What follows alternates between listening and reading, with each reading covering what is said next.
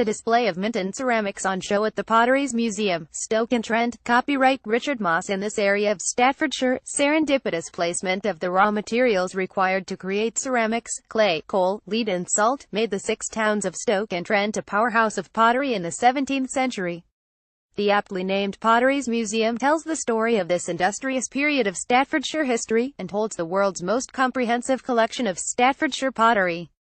The collection is not limited to just Staffordshire pottery though. Everything from Neolithic pottery to an impressive assortment of 20th-century British studio ceramics is on show.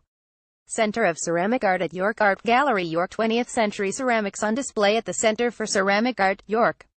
Courtesy York Museums Trust, York Art Gallery. Photo Peter Heaton. York's dedicated centre of all things ceramic, Coca is a treat for the eyes with collection highlights covering everything from prehistoric pots to contemporary art. The collection was started in the 1920s by the Very Reverend Eric Milner White, Dean of York, whose interest in ceramics was rather unusual for the time, meaning this forward-thinking collector could bag some of the best ceramics of the day. The collection is a haven for studio ceramics fans, boasting the biggest, and one of the most important collections of British studio ceramics in the country, including iconic early works by Bernard Leach, Shoji Hamada and William State Murray, 3 of Milner White's most admired potters. Victoria Albert Museum, London. Ceramics Gallery, VA Museum. Copyright Victoria and Albert Museum, London. London's inimitable museum of art and design, the VA, is home to the most comprehensive ceramics collection in the world. The museum's transcendent collection spans centuries and continents, a truly encyclopedic survey of the history of pottery and ceramics. Galleries cover almost every imaginable aspect of the versatile medium, from architectural ceramics such as stoves and tiles, Rococo, Asian and European displays, 20th-century studio ceramics from influential potters including Bernard Leach, and contemporary ceramic art by the likes of Richard Slee. Wedgwood Museum, Stoke-on-Trent. The galleries at the Wedgwood Museum chart the success of one of the world's most iconic potteries. Photo Copyright Wedgwood Museum, WWRD. A name synonymous with high quality and luxury, the Wedgwood Museum tells the story of the Josiah Wedgwood and Sons Company who, in the late 1750s, began producing what would become one of the world's most famous pottery brand. Examining what it takes to produce pottery perfection, displays reveal Josiah Wedgwood's aspiration for excellence, exploring the process, techniques, designs and the trial and error that result in Wedgwood's trademark quality. As well as having the museum, the world of Wedgwood is also the site of Wedgwood's working factory, open for tours, so you can learn about the casting, design, and decoration developed over 250 years, then watch it being done today. Sainsbury Centre for Visual Arts, Norwich. A stunning selection of Hans Koper pots on display at the Sainsbury Centre. Copyright Peter Ibb CCBY-NCND 2.0. A true testament to Richard and Lisa Sainsbury's instinct for great art, the Sainsbury Centre for Visual Arts houses an incredible collection of modern art, abstract art, art from world cultures and ceramics. The gallery's collection of British studio ceramics is the personal collection of Lisa Sainsbury, whose keen eye for form and friendship with influential 20th-century ceramicist Lucy Rye enabled her to collect an amazing assortment of pottery, including the largest public collection of Hans Koper's sculptural, textural ceramics.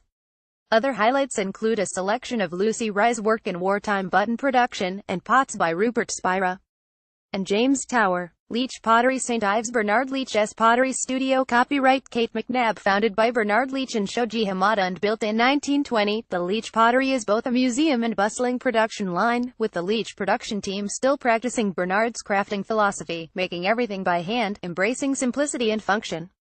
The compact gallery at the entrance displays some of the permanent collection, with work by Bernard, Janet and David Leach, Shoji Hamada and Michael Cardew, amongst others, on show.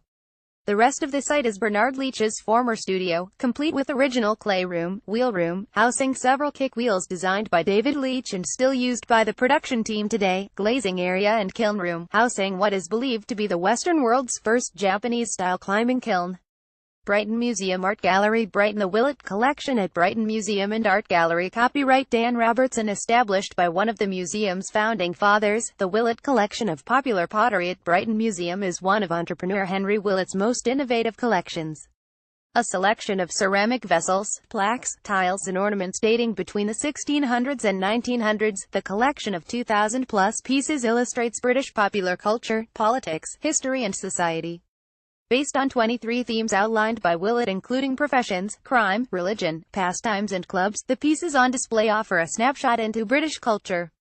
The Fitzwilliam Museum, Cambridge. The Fitzwilliam Museum in Cambridge has one of the most important collections of European, Middle Eastern and Far Eastern ceramics in the UK. Copyright Arseny Morazenko CC by 2.0. The Fitzwilliam's extensive collection of art and antiquities did not originally cover ceramics. If it weren't for the efforts of past directors or Sidney Cockerell in the early 20th century, the Fitz' important collections of European, Middle Eastern and Far Eastern ceramics would not exist. Some of the finest manufacturers and decorators are represented in the exceptional collection of earthenware and porcelain pieces, covering a range of forms from decorative sculpture to practical tableware, tiles, and vases. The ceramics collection, which is still being expanded today, forms part of the museum's 30,000-strong applied arts collection, and includes an internationally important group of Korean ceramics. Craft Study Center, Farnham. The interior of UCA Farnham's Craft Study Center, part of the University for the Creative Arts Farnham campus. The Craft Study Center is England's first museum of modern crafts. Established in the 1970s as inspiration to both students and the public, the center holds pieces by some of the most influential figures in craft. Thanks to a gift from Bernard Leach, the center holds a significant number of the studio ceramicist's pots, as well as part of his personal collection of pottery from Japan, China and Korea. The rest of the collection, which covers around 100 years of ceramic history from the early 1900s to today, highlights pioneering studio potters and their archives. The Bowes Museum, Durham. Part of the ceramic collection on display at Durham's Bowes Museum. Courtesy the Bowes Museum of Studio Pottery. Isn't your thing? The ceramics collection at the spectacular Bowes Museum might be more to your liking. Acquired by the museum's founders John and Josephine, the collection pottery features objects from the 16th to 19th centuries, with a particular focus on French porcelain and delicate faience pieces. The Bowes Museum also has a strong collection of English and Oriental pottery, and pieces from most of the major German porcelain producers. Some highlights of the vast and vivid collection include 18th-century Dutch Delft vases, the Lady Ludlow collection, dominated by Rococo ceramic birds, and Japanese Arita ware. Coalport China Museum, Telford. A selection of the ceramics on show at Coalport China Museum. Copyright the Ironbridge Gorge Museums. The beautifully bizarre-looking bottle kiln sitting proudly on site at Coalport China Museum give away what this site was used for between the late 1700s and early 1900s. Coalport China was a major manufacturer of fine porcelain, and its founder, John Rose, was instrumental in developing new decorating techniques and glazes. The factory produced some exquisite pieces during its operation, and the museum now holds the official national collections of Coffley and Coalport China. Of the objects on display, the colossal Northumberland vase, the largest item ever made by the Pottery and China made for Queen Victoria, stand out as partially spectacular pieces.